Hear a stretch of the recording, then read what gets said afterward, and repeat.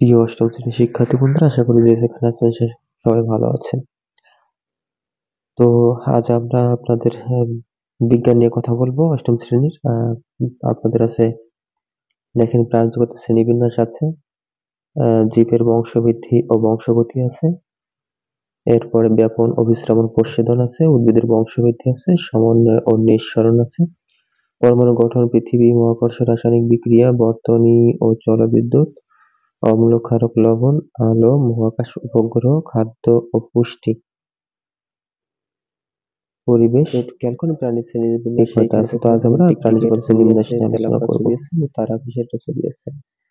তো এখানে যদি আপনারা চান একটু পড়ে নিয়ে পরবর্তীতে এইখানে আছে প্রাণীর জগতের শ্রেণীবিন্যাস, আপনারা চাইলে এখানে একটু পড়ে নেবেন। আমি সরাসরি মূল বিষয় অর্থাৎ একটা আপনাদের ছকটা আছে, ছক আলোচনা করে দেখেন। প্রথমে প্রাণীর নাম, বাসস্থান, গঠন, উপকারিতা এবং অপকারিতা সম্পর্কে ধারণা দেওয়া আছে। তো আপনারা প্রথমে দেখেন লেখা আছে যে বানর, বানরের বাসস্থান, তারপর গঠন, উপকারিতা, অপকারিতা। বানর বাসস্থান, বানর কোথায় থাকে? আমরা যদি একটু আপনাদের বলার চেষ্টা করি যে বানর, আমি একটু বড় করার চেষ্টা করতেছি। দেখেন, একটু খেয়াল করেন। বানর কিন্তু কোথায় থাকে আমরা সবাই জানি, বানর কিন্তু জঙ্গলে বা বনে বিভিন্ন জায়গায় থাকে এবং বানরের গঠন কিন্তু মূলত মানুষ আকৃতি, আপনারা দেখতে পারেন মানুষ আকৃতি গঠন, মানুষ আকৃতি এবং মানুষের মতো আর কি। হ্যাঁ, এবং এই উপকারিতা, বানর কিন্তু আসলে উপকারিতা বলতে বানর বিভিন্ন উপকার করে থাকে, যেমন বানরের চামড়া দিয়ে আসলে অনেক কিছু তৈরি করা হতে পারে। আহ এবং বানর আমাদের বিভিন্নভাবে আহ জীবজগতে প্রকৃতি ভারসাম্য রক্ষা করে, অর্থ উপার্জন করতে পারি আমরা এটা থেকে মূলত। তারপরে অপকারিতা সম্পর্কে, বানর আসলে অপকারিতা প্রচুর, আমাদের ঘর বাড়ি ক্ষতি করে যদি আমাদের বাসা বাড়ির দিকে আসে, কিংবা মানুষেরও ক্ষতি করে, ফল ফলাদি বিভিন্ন নিয়ে যায়। এটাই আপনারা নোট লিখে দেবেন। তারপরে কেঁচো আছে, দেখেন নিচে। দুঃখিত, আমার একটু দেরি হয়ে যাচ্ছে, কারণ আমি ভাবছিলাম যে একটু বড় করার জন্য, কিন্তু আসলে বড় করতে পারছি না। একটু খেয়াল করেন এখানে কেঁচো আছে। কেঁচোর বাসস্থান সম্পর্কে যদি আলোচনা করি, কেঁচো মূলত মাটিতে থাকে এবং কেঁচোর গঠন মূলত নলাকৃতি। নলাকৃতি লিখবেন আপনার, নলাকৃতি। এবং উপকারিতা সম্পর্কে, কেঁচোকে কিন্তু প্রাকৃতিক লাঙল বলা হয়, কারণ এরা মাটি উর্বর করে, মাটিকে উর্বর করে, প্রাকৃতিক লাঙল।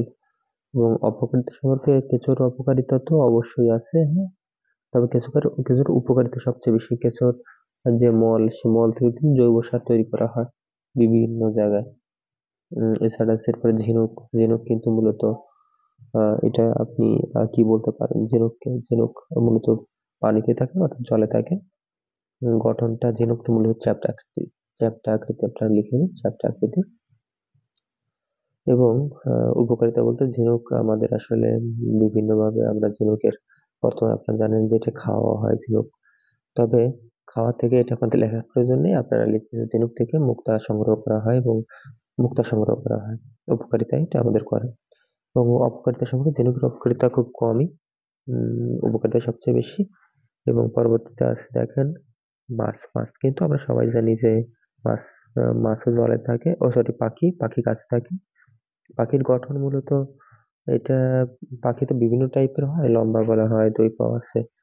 আপনারা গঠন সম্পর্কে একটু নিজেরা একটু লিখে নেবেন। এবং উপকারিতা সম্পর্কে, পাখির উপকারিতা আসলে অনেক উপকারিতা।